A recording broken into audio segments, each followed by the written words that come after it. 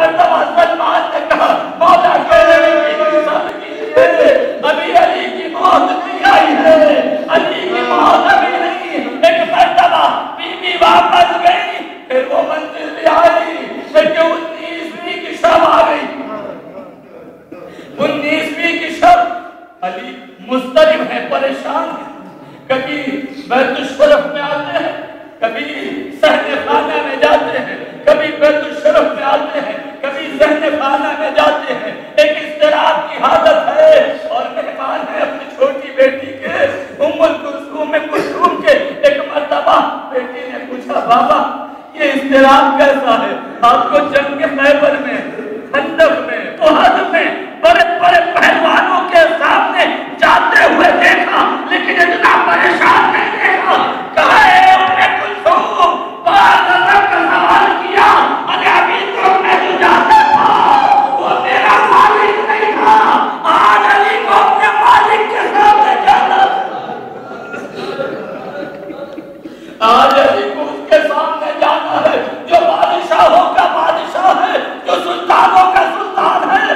ایک مرتبہ وہ منزل بھی آئی کہ علی نے افطار کیا، اور افطار کرنے کے بعد ایک مرتبہ علی مسجد کی طرف جانے لگے۔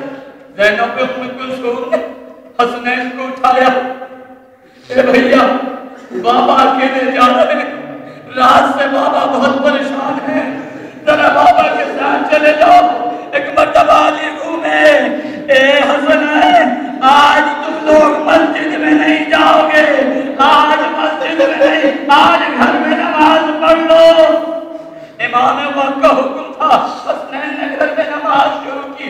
علی برآمد ہوئے، صحن خانہ میں پہنچے، صحن خانہ سے آگے بڑھے تھے کہ ایک مرتبہ مرغابیوں نے آ کے دامن پکڑا، اے میرے مولا نہ جائیے۔ بلایا حسن حسین کو، کہا ان جانوروں کا خیال رکھنا، یہ بے زبان کے جانور ہیں، ان کے اوپر ایسا نہ ہو میدان و پانی کا ظلم و ستم ہو جائے، یہ کچھ بول نہیں سکتے ہیں۔ ایک مرتبہ ان کو حسنین کے حوالے کر کے آگے بڑھے، زنجیر در الجھ گئی دامن سے، دامن کو پھاڑ دیا، زنجیر در کو الگ نہیں کیا، آگے بڑھے، مسجد میں آئے، دیکھا ابن ملجم ہے جو سو رہا، اٹھایا۔ ابن ملجم اتنے اہم کام سے آیا ہے اور سو رہا۔